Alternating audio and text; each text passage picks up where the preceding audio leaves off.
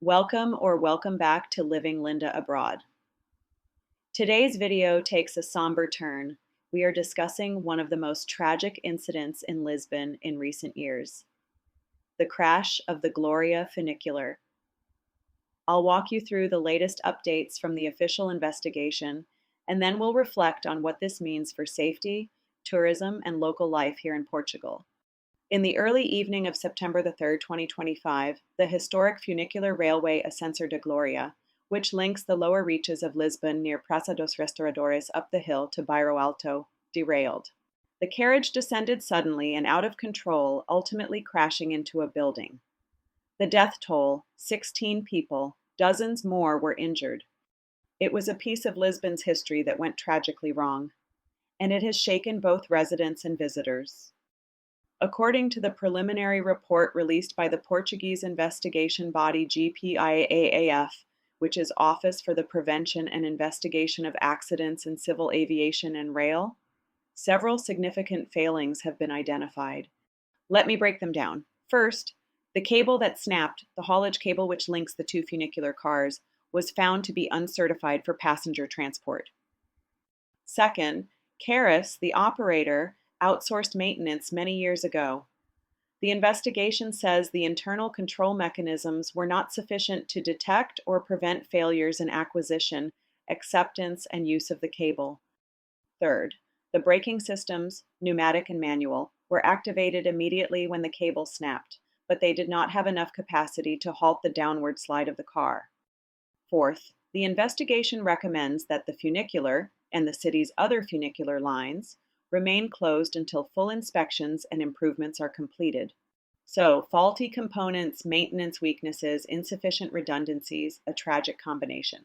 This accident has broad implications. For Lisbon, the Ascensor de Gloria is not just a tourist ride. It serves commuters and locals.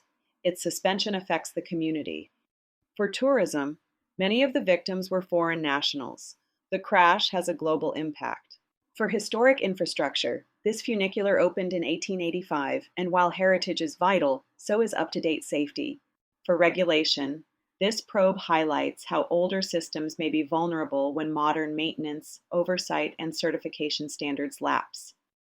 The City Council has already commissioned experts from universities, regulatory bodies, and the National Civil Engineering Laboratory to design a new safety mechanism before the funicular is allowed to reopen.